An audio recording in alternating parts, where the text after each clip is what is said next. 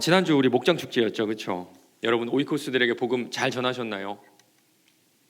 대답이 없으세요? 복음 잘 전하셨나요? 네, 전하셨던 분들에게는, 기도하며 준비하셨던 분들에게는 그만큼 열매가 분명 있었을 거라고 믿습니다. 그런데 보통 우리가 복음을 전하면 어떤 변화가 일어나던가요? 어떠셨어요? 복음의 메시지를 듣고 진지하게 반응하시는 분들도 있죠. 그러나 그렇지 않은 경우가 훨씬 더 많다는 거 우리가 알고 있을 겁니다. 우리의 초청을 받고 교회까지는 오실 수도 있어요. 그런 분들은 참 많습니다. 그런데 그 이후에 이 복음의 메시지를 진지하게 받아들이고 교회 정착을 하고 이 믿음을 갖게 되시는 분들보다 그렇지 않은 분들이 더 많다는 것도 우리가 알고 있어요. 도대체 뭐가 문제일까요? 성경은 순전한 복음 그 자체의 능력이 있다고 했는데 왜 아무런 변화도 일어나지 않을까요? 아마 전도를 하신 분들은요, 이런 답답함을 한 번쯤은 느껴보셨을 것 같습니다. 마가복음 4장의 씨 뿌리는 자의 비유를 보면요, 유일한 변수는 토양입니다. 토양. 어느 밭에 떨어지냐에 따라서 그 씨의 성장 유무가 결정이 되죠. 네 가지 종류의 토양은요, 사람들의 마음 상태를 나타냅니다. 길가, 돌밭, 가시덤불, 그리고 좋은 밭. 좋은 밭에 떨어져야만 복음이 자라고 열매를 맺어요. 그러나 한 가지 우리가 잊지 말아야 될 사실은요, 우리는 그 사람의 마음밭이 어떤지 모른다는 겁니다. 우리 한번 따라해 볼까요? 나 같은 사람도, 조금만 더 크게요, 나 같은 사람도 예수 믿었다. 지금 우리 옆에 한번 돌아보세요. 우리 집사님들, 권사님들 눈빛 한번 보시기 바랍니다. 참 선하시죠. 참 선하시죠. 그래서 이분들이 예수 믿기 전에는 어떤 눈빛이었는지 상상이 안 돼요. 교회 밖에 분들하고 눈빛 자체가 다르시거든요. 특별히 광천교회 좀 초창기부터 한 80년대, 90년대부터 신앙생활 같이 하셨던 분들이 있잖아요. 한번 서로 쓱 쳐다보세요. 쓱 한번 쳐다보세요. 네. 이분들 가운데서는요, 30년 전에는, 40년 전에는, 혹은 20년 전에는 믿음이 별로 없었던 분들도 계실 겁니다. 그냥 교회에 억지로 나왔는데, 친구 따라서, 동네 친구 따라서 억지로 나왔는데 어느 순간 은혜 받고 어느 순간 교회의 일꾼으로 자라오셨습니다. 그런 분들이 그 누구보다 앞서서 주님을 섬기는 것을 보면 참 신기하지 않나요? 정말 신기하지 않나요? 억지로 주일 예배 만나서 설교를 듣다가 설교 시간에도 이렇게 많이 졸죠. 많이 졸다가 어떻게 알고 축도 시간만 되면 눈을 딱 뜨고 나가시던 그분이 지금은 수요일, 금요일, 어떤 분은 새벽까지 와가지고 자기 발로 와서 열심히 예배드리고 열심히 헌신봉사하고 있잖아요. 맞습니다. 원래부터 우리의 마음밭이 좋은 밭인 분들은 없어요. 돌밭 같고 가시덤불 같은 그 밭을 하나님께서 변화시켜 주신 겁니다. 고린도후서 말씀이에요. 우리의 싸우는 무기는 육신에 속한 것이 아니요 오직 어떤 견고한 진도 무너뜨리는 하나님의 능력이라. 여러분 자신 한번 돌아보시기 바랍니다. 견고한 요새 같았던, 정말 딱딱했던 여러분의 마음을 하나님께서 확 깨버리셨죠. 완전히 깨버리셨죠. 목사님, 제 남편은요, 마음이 돌밭 같아가지고요 30년 동안 실패했어요. 목사님, 우리 동네 사는 저희는요, 마음이 가시덤불 같아가지고 복음을 전해도 소용이 없어요. 한번 전해봤는데 어휴, 무심한 다음 끝이 났어요. 이런 생각이 들 수도 있습니다. 그러나 그렇게 말하는 내가, 그렇게 생각하는 내가 예수 믿고 있다는 사실이 완악해 보이는 내 남편도, 가시덤불 같은 우리의 이웃들도 예수를 믿을 수 있다는 가장 큰 증거가 아닐까요? 그렇다면 문제를 전하는 우리에게서만 찾아봤으면 좋겠습니다. 복음은 그 자체로 능력이 있고요, 듣는 사람의 그 마음밭은 절대적으로 하나님께 달려 있다면 이제 남은 문제는 내 자신이겠죠.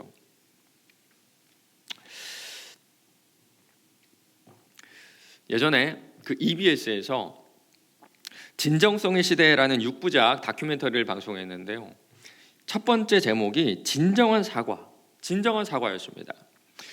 미국에 있는 미시간 대학 병원의 사례를 소개했는데요, 병원에서는 종종 의료사고가 발생을 하죠.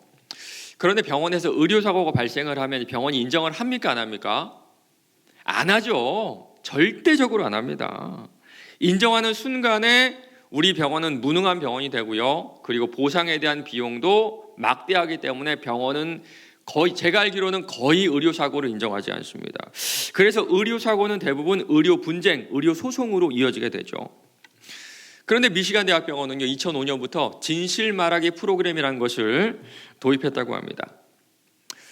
혹시나 의료진의 잘못으로 의료 과실이 발생하면, 의료 사고가 발생하면 자신의 잘못을 솔직하게 인정을 하고 그리고 환자의 가족들에게 자신의 과실을 인정하기 시작한 겁니다. 이렇게 먼저 인정하고 사과할 수 있도록 용기를 주고 그 대책을 마련해주는 그런 프로그램이었어요. 병원 담당자가 이런 얘기를 합니다. 소송이 만든 최악의 문제는 의료상의 개선과 검토를 중단시켰다는 겁니다. 우리는 좋은 변호사들을 고용해 의료진과 이들의 위험한 의료 행위를 보호했습니다. 지금까지 의료사고가 발생하잖아요. 그러면 왜 발생했는지, 무엇 때문에 발생했는지 개선의 방법을 생각하지 않고 무조건 소송. 그러다 보니까요, 비슷한 의료사고가 계속적으로 발생할 수밖에 없었다는 겁니다. 그런데 이 진실 말하기 프로그램을 도입한 이후에는 놀라운 변화가 있었어요. 의사들이 제가 잘못했습니다, 이거 제 과실입니다라고 솔직하게 고백하기 시작하니까 예상외로 문제들이 원만하게 해결되기 시작했다는 겁니다. 이 프로그램이 도입한 이후엔 7년 후에는요, 무려 70%의 의료소송이 줄었고요, 병원에 대한 신뢰도도 높아졌다고 합니다. 일반적인 우리가 생각하고는 다르죠. 우리는 병원이 인정을 하면 병원이 손해볼 것 같고요, 무능한 병원이라고 소문이 나서 환자들이 다 떠날 것만 같아요. 그러나 결과는 정반대였습니다. 막대한 비용과 시간이 드는 소송은 70% 이하로 줄어들었고요, 사람들은 그 병원에 더 많이 찾게 되었어요. 깨끗하고 투명한 병원에 사람들이 몰려오더라는 겁니다. 복음 전도의 원리가 바로 이거예요. 오늘 복음을 전하는 사명을 받은 우리가 어떻게 준비되어야 되는지 이 초대교회에서 일어났던 한 사건을 통해서 살펴봤으면 좋겠습니다. 오늘 본문 말씀 사도행전 5장 1절부터 14절입니다. 사도행전 5장 1절부터 14절, 저 여러분 한 절씩 교독하시겠습니다. 사도행전 5장 1절부터 14절입니다. 제가 먼저 읽겠습니다. 아나니아라는 사람이 그의 아내 삽비라와 더불어 소유를 팔아 그 값에서 얼마를 감춤해 그 아내도 알더라. 얼마만 가져다가 사도들의 발 앞에 두니 베드로가 이르되 아나니아야, 어찌하여 사탄이 네 마음에 가득하여 네가 성령을 속이고 땅값 얼마를 감추었느냐? 그대로 있을 때에는 내 땅이 아니며 판 후에도 내 마음대로 할 수가 없더냐? 어찌하여 이 일을 내 마음에 두었느냐? 사람의 거짓말한 것이 아니오 하나님께로다. 아나니아가 이 말을 듣고 엎드려져 혼이 떠나니 그 일을 듣는 사람이 다 크게 두려워하더라. 젊은 사람들이 일어나 시신을 싸서 메고 나가 장사하니라. 3시간쯤 지나 그의 아내가 그 일어난 일을 알지 못하고 들어오니 베드로가 이르되 그 땅 판 값이 이것뿐이냐? 내게 말하라 하니 이르되 예, 이것뿐이라 하더라. 베드로가 이르되 너희가 어찌 함께 꾀하여 주의 영을 시험하려 하느냐? 보라, 내 남편을 장사하고 오는 사람들의 발이 문 앞에 이르렀으니 또 너를 메어 나가리라 하니 앞에 엎드려져 혼이 떠나가는지라. 젊은 사람들이 들어와 죽은 것을 보고 메어다가 그의 남편 곁에 장사하니 온 교회와 이 일을 듣는 사람들이 다 크게 두려워하니라. 사도들의 손을 통하여 민간의 표적과 기사가 많이 일어나매 믿는 사람이 다 마음을 같이하여 솔로몬 행각에 모이고 그 나머지는 감히 그들과 상종하는 사람이 없으나 백성이 칭송하더라. 같이 읽겠습니다. 제가 읽겠습니다. 믿고 주께 나오는 자가 더 많으니 남녀의 큰 무리더라. 아멘. 오늘 사건은요, 초대교회 시절에 일어났던 그런 일입니다. 초대교회는 마치 천국 같았어요. 사람들이 자기의 소유를 팔아서 가난한 사람들을 도왔습니다. 누군가의 강요가 아니라 100% 자발적인 헌신이었어요. 그 교회에 있었던 바나바도 자기의 소유를 팔았던 것 같습니다. 4장 37절입니다. 그가 밭이 있음에 팔아 그 값을 가지고 사도들 발 앞에 두니라. 만약 여러분 중에 누군가가 집을 팔아서 헌금했다고 생각해 보시기 바랍니다. 이유를 막론하고 칭찬과 박수와 존경을 받지 않을까요? 초대교회도 마찬가지였습니다. 사람들은요, 자기 땅을 팔아서 그 돈을 교회에 바친 바나바를 크게 칭찬했을 것 같아요. 그런데 이 모습을 지켜본 한 부부가 있었습니다. 남편의 이름은 아나니아, 아내 이름은 삽비라. 이 부부도 바나바의 모습을 보면서 감동했던 것 같아요. 야, 대단하다. 야, 저런 믿음을 가지고 있다니. 그러나 동시에 사람들의 박수도 좀 부러워했던 것 같아요. 그래서 이 부부는요, 사도들 앞에 약속을 하나 합니다. 베드로 선생님, 우리도 우리가 가진 땅을 팔아서 가난한 사람들을 도울게요. 아마도 이 약속은요, 공개적이었을 가능성이 큽니다. 모두 다 있는 자리에서 베드로를 보고 이 약속을 한 거예요. 어땠을까요? 반응들이 어땠을까요? 예, 아마 주변에 있던 모든 사람들이 박수를 치면서 그 믿음과 헌신을 칭찬했을 것 같습니다. 그런데 막상 땅이 팔려서 돈이 내 손에 들어오니까 마음이 조금 바뀌기 시작한 거예요.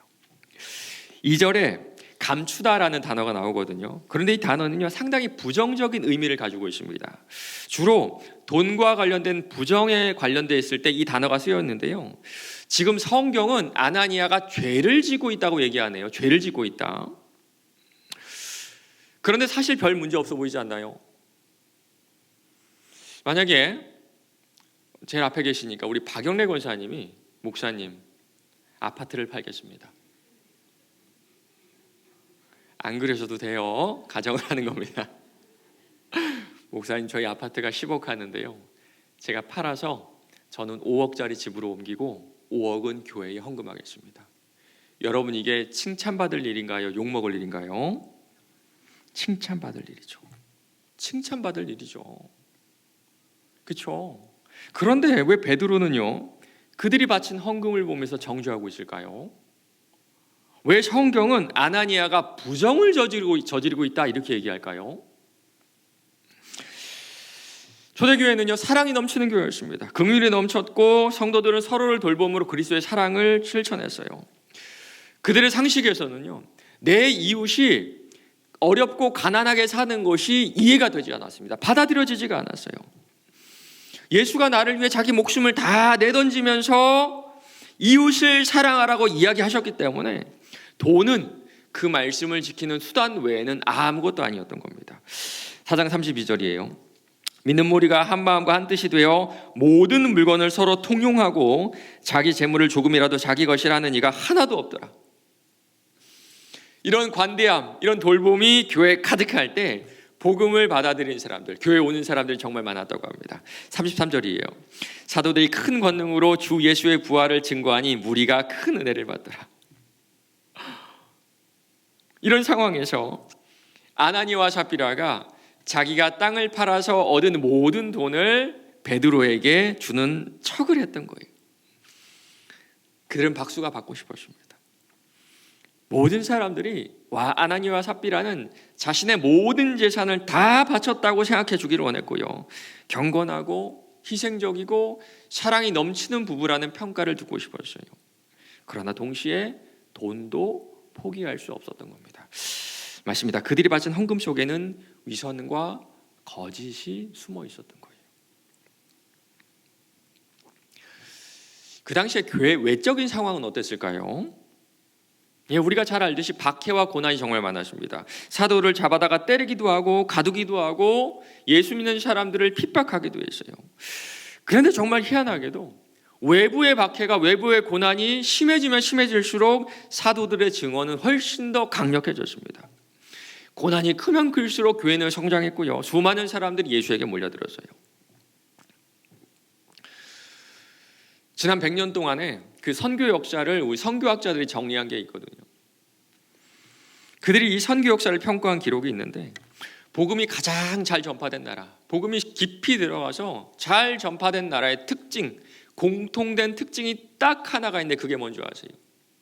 딱 하나. 두 개도 아니고 딱 하나입니다. 선교사들의 피. 선교사들의 피. 전략 아니에요.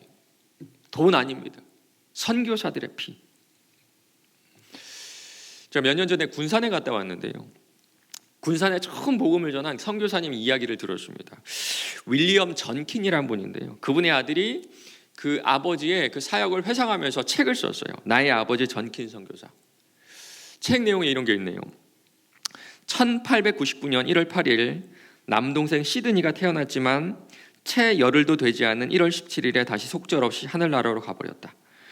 그때 어머니는 힘없이 침대에 누워 몸도 제대로 가누지 못하면서 갓난아기였던 남동생 시드니를 계속해서 어루만지면서 하염없이 눈물을 흘렸다. 그리고 옆에 계신 아버지도 어머니를 위로하시면서 말없이 눈물을 흘리셨다. 참 가슴 아픈 것은요, 죽은 아들이 한 명이 아니었습니다. 무려 3명의 아이들을 이 한국 땅에서 먼저 보내셨고요. 본인도 43살이라는 젊은 나이에 폐렴에 걸려 순교하셨어요. 그 순교의 피 위에 교회가 세워졌고요. 지금 우리가 아무런 박해도 아무런 핍박도 없이 지금 이 자리에서 예배 드릴 수가 있는 겁니다. 맞습니다. 박해와 고난은 도리어 교회를 성장시켜요. 우리 다시 초대교회로 돌아가 볼까요? 사탄은 자신이 계획했던 박해가 도리어 교회를 성장시키니까 전략을 수정해 버립니다. 교회 외부를 공격하다가 이제 교회 내부 공격으로 그 전략을 바꿔요. 이 당시 교회가 성장할 수 있었던 가장 큰 이유가 뭐라고 했나요?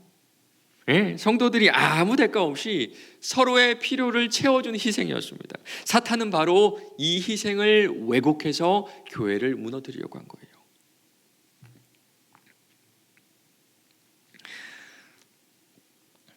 전도를 하면요, 가끔씩 교회에 대해 반감 있는 분들이 계세요.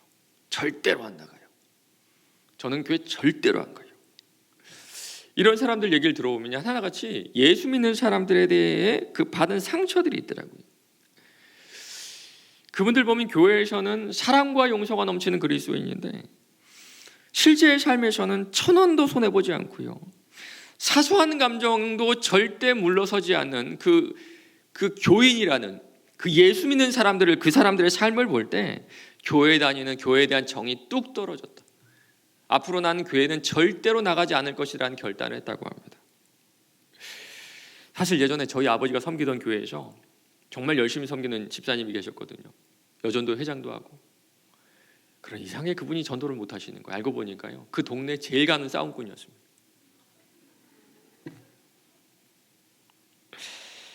그분을 아는 사람이라면 교회에 올까요? 맞습니다. 위선과 거짓은요, 사탄이 교회를 무너뜨리기 위해 최초로 사용한 방법 중에 하나고요. 여전히 이 방법은 전도를 막는 가장 좋은 전략이에요. 우리는 너무나 쉽게 그 위선과 거짓에 속아 넘어가지만 때로는 알아도 모른 척하지만 하나님은 그렇게 하지 않으셨던 겁니다. 3절이에요. 아나니아야, 어찌하여 사탄이 네 마음에 가득하여 네가 성령을 속이고 땅값 얼마를 감추었느냐. 하나님은 베드로에게 아나니아가 거짓과 위선을 가지고 이 사탄의 수를 가지고 사탄의 공격을 가지고 이 교회로 들어온다는 사실을 알려주셨습니다. 그리고 아나니아의 목숨을 가져가시죠. 이 순간 교회는요, 충격에 빠집니다. 5절이에요. 아나니아가 이 말을 듣고 엎드려져 혼이 떠나니 이 일을 듣는 사람이 다 크게 두려워하더라. 어떻게 보면요, 별일 아닌 것 같기도 하고요, 사람들 눈에는 벌이 아니라 칭찬을 받을 일처럼 보입니다. 그러나 하나님께서는 강력하게 처벌하셨어요.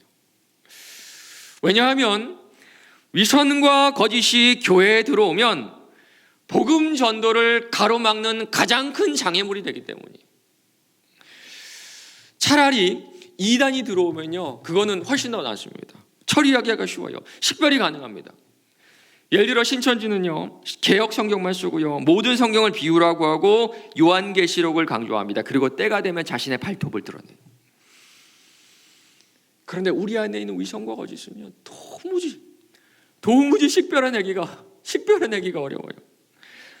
마치 암세포처럼 내 자신을 다 죽일 때까지, 우리 교회를 다 망칠 때까지 자신을 드러내지 않기 때문입니다. 하나님은 교회가 이제 막 태동하여서 성장해야 된 이 시점에 사람은 결코 분별할 수 없는 위선과 거짓의 죄를 완전히 제거하셨던 거예요. 이 소식은 교회 밖에도 전해졌고요. 이 이야기를 들은 모든 사람들을 두렵게 만들어줍니다. 사람들은 교회에 대한 환상을 가지고 있었거든요. 교회가 먹을 거 준대. 교회 가면 일하지 않아도 된대. 교회 가잖아. 그러면 돈 좀 있는 사람들 자기가 다 팔아가지고 나눠준대. 야, 가자. 야, 가보자. 예수를 믿고 안 믿고 상관없이 누구나 이 공동체에 들어가고 싶었을 겁니다. 그런데 그 이후에는 교회에 대한 생각이 완전히 달라졌을 거예요. 이제는 함부로 교회에 놓은 사람이 사라지지 않았을까요? 그저 도움을 받기 위해서, 그저 일하지 않고 편안히 살기 위해서 교회를 찾던 사람들의 발걸음이 완전히 끊겼을 겁니다. 이제 거짓말로 예수 믿겠다고 한 사람들 그렇게 엄두도 내지 못해요. 재미삼아가지고,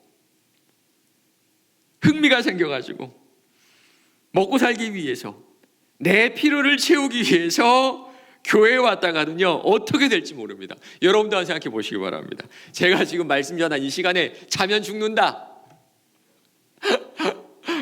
자면 죽는다, 이것이 진실이라면 애초에 오늘 이 자리에 오시지 않았을 것 같아요. 차라리 예배 가지 말고 죽지 말자. 어떠세요? 여기까지 생각하면 복음 전도가 막힐 것 같죠. 그런데 그 다음에 어떤 일이 있었는지 살펴보니까요 참 우리 예상과는 전혀 다릅니다. 14절이에요. 믿고 주께 나오는 자가 더 많으니 남녀의 큰 무리더라. 와, 정말 놀랍게도 신자의 수가 더 많아졌습니다. 사람들은요 하나님께서 죄를 강력하게 다스리신다는 것을 알았어요. 그러나 동시에 교회가 순결하다는 사실도 깨닫게 되었습니다. 교회된 거죠. 돈 좀 있는 사람들이, 자기보다 조금 더 잘 사는 사람들이 물건을 팔아서 다른 사람들을 돕는 자선단체가 아니라 예수 그리스도의 십자가 사건으로 모든 죄가 용서받은 사람들이 정말 용서받은 것처럼 사는 공동체였던 겁니다. 순결한 공동체, 정결함을 사모하며 목숨을 걸고 예배당에 오는 그런 공동체, 위선과 거짓이 없는 순결한 공동체가 복음을 전했을 때 사람들이 교회로 몰려온 거예요. 세상도 그렇지 않나요? 한낱 병원도 자기 잘못을 덮지 않고 내 잘못이다라고 얘기했을 때 무능한 병원이라고 하지 않고 사람들이 몰려오죠. 초대교회도 마찬가지였습니다. 내 영혼이 병들었고 내 영혼이 오염되었다는 사실을 깨달은 사람들은 순결하고 거짓 없는 교회로 몰려올 수밖에 없었던 거예요. 맞습니다. 모든 사람들의 마음속에는 그런 갈망이 있어요. 사랑하는 성도 여러분, 혹시 이런 생각 안 해보셨나요? 얼마 전에 여호수아 말씀 전하신 담임 목사님 설교 가운데 이 말씀이 마음에 참 많이 남아요. 아간 딱 한 사람의 그 죄 때문에 헤렘 진멸의 칼날이 부메랑처럼 이스라엘에게 다시 돌아왔다는 그런 말씀이었거든요. 그렇다면 혹시 나 한 사람의 위선과 거짓 때문에 우리 맑은생 광천교회의 전도의 문이 막힌 것은 아닐까? 저는 정말 그런 생각이 들어요. 우리가 전도 전략이 없는 것도 아니죠. NLTC, EDI 아마 전국에서 가장 잘 정착된 교회가 아마 우리일 겁니다.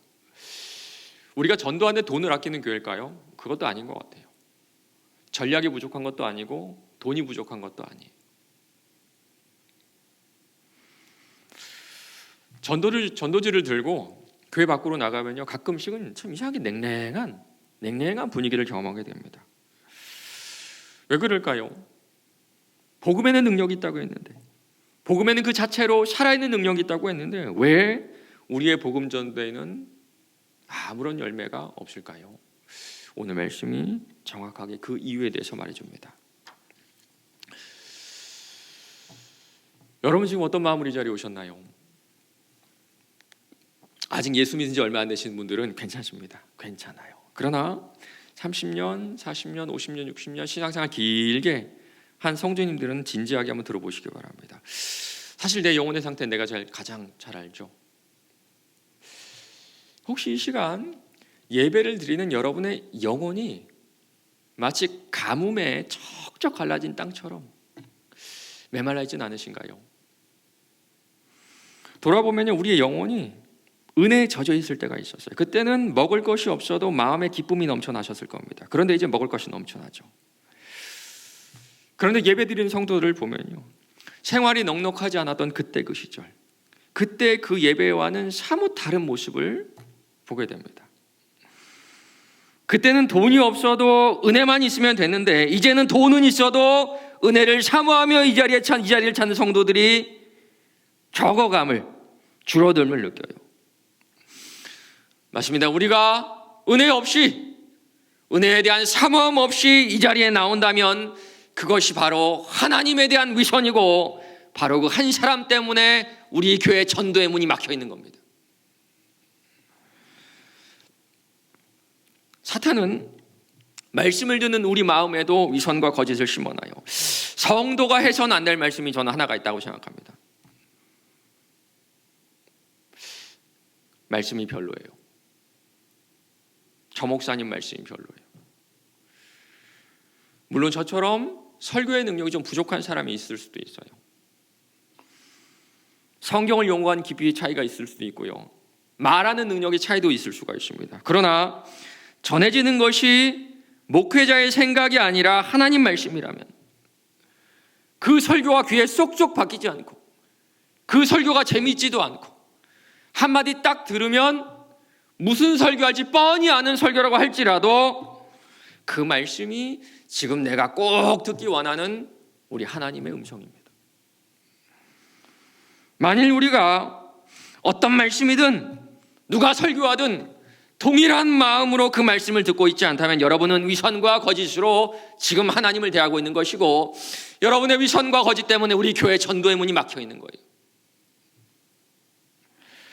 사탄은 예배에 임하는 우리의 관계 속에도 거짓과 위선을 심어놓습니다. 마태복음 말씀이에요.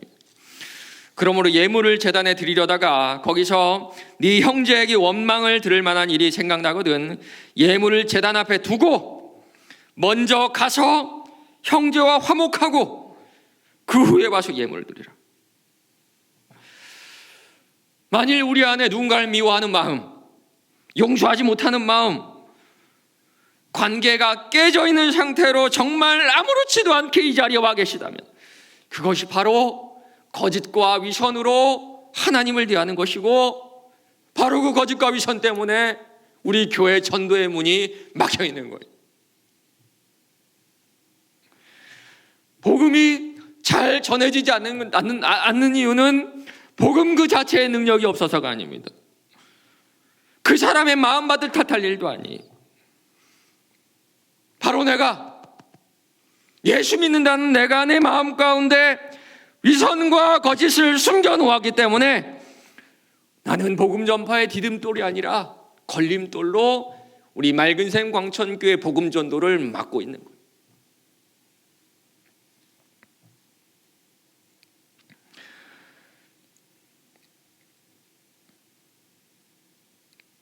(100년) 전에 우리나라에 정말 큰 붕이 있었습니다. 평양 장대현교회에서 1,500명이 일주일 동안 밤낮으로 기도했는데 아무런 변화가 없었어요. 그때 설교를 맡은 길선주라는 장로님이 설교하러 올라오셨는데 그날은 이상하게 설교를 안 하시고 갑자기 자기 죄를 고백했다고 합니다. 이 장로님은 친구가 죽어가면서 자기에게 남은의 가족들을 잘 돌보라고 돈을 맡기고 돌아가셨는데 그 재산을 가로챈 거예요. 그 설교의 자리에서 이 길선 장로님은 자신의 죄를 고백하기 시작했습니다. 그런데 그때 어떤 일이 있었는지 아세요? 그 자리에 있었던 블레어라는 미국 선교사님이 그때의 장면을 이렇게 기록하고 있습니다. 많은 사람들이 소리내어 간절히 함께 기도하였다. 그 효과는 말로 형용할 수 없었다.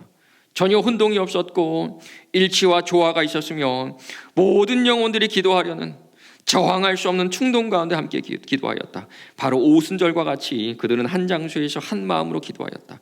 그분은 그 밤에 평양에 오셔서 모두 울도록 역사하셨다.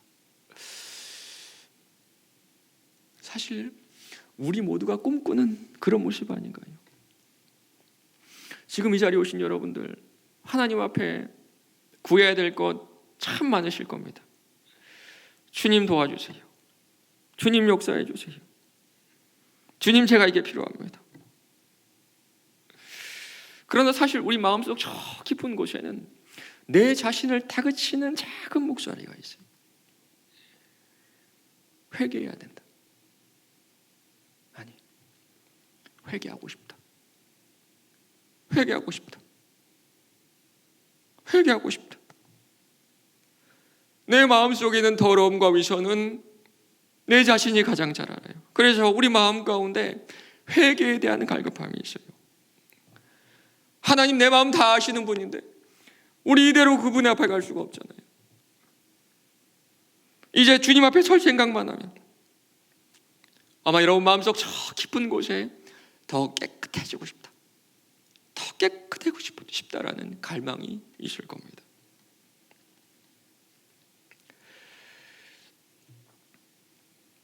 그럼 우리는 어떻게 회개해야 될까요? 로이 존스라는 목사님이 다윗이 밧세바를 범하고 우리아를 죽은 후에 지은 이 시편 51편을 통해서 회개의 5가지 방법을 알려주는데, 그 중에 첫 번째 단계만 말씀드리려고 합니다. 첫 번째 단계는 자신이 죄를 지었다는 사실을 깨닫고 시인하는 단계입니다. 저는 덧붙여 있는 내용이 더 마음에 와닿더라고요. 하던 일을 멈추고 부디 자신을 살피십시오. 멈추셔야 됩니다. 위선과 거짓이 숨어있는 모든 행위를 일단 멈추고 자기 자신을 살펴야 돼요. 맞습니다. 교회가 가져야 되는 복음 전도의 원리가 바로 여기에 있습니다. 어떻게 전하느냐, 누구에게 전하느냐에 앞서 멈추셔야 돼요. 멈추셔야 돼요. 멈추어 서서 순전한 복음을 담는 그릇인 내가 거짓과 위선으로 오염되어 있는지 자신을 살피셔야 합니다. 아직 우리의 목장 축제는 끝나지 않았죠. 다음 주는 지난주에 초청된 분들을 다시 초청하여 같이 예배드리는 환영주일입니다. 여기저기서 아직 데려오고 싶은 분들이 남았다는 이야기를 들어요. 목사님, 그분 다음 주에 오실 거예요. 초청주일에 오지 못했지만 다음 주에 제가 꼭 모시고 오고 싶어요. 이번 주 어떤 권사님이 오이코스를 데려오셨습니다. 같은 아파트에 사시는 분들이라고 저에게 살짝 소개하면서 저에게 딱 한 말씀 하셨어요. 목사님, 4년 걸렸어요. 4년 동안 그분에게 복음의 메시지를 전했기 때문에 이 자리에 오셨다고 생각하지 않습니다. 대신 4년 동안 보여주었던 순결하고 깨끗한 삶이 이번 목장 축제를 통해 열매 맺지 않았을까요? 혹시 여러분 아직 전도하고 싶은 분이 계신가요? 그렇다면 이제 한 4일 남았는데 가장 좋은 전략으로 준비해 보시는 건 어떨까요? 부디 멈추시고 자신을 살펴보세요. 그리고 다윗이 드렸던 이 기도를 드려보시기 바랍니다. 우슬초로 나를 정결하게 하소서. 내가 정하리이다. 나의 죄를 씻어주소서. 내가 눈보다 희리이다. 우리가 회개할 때 하나님께서 우리 교회 전도의 문을 활짝 열어주실 줄로 믿습니다. 이번 한 주 깨끗함의 능력으로 한 사람을 구원으로 이끌어 가시는 저 여러분 되시길 바랍니다.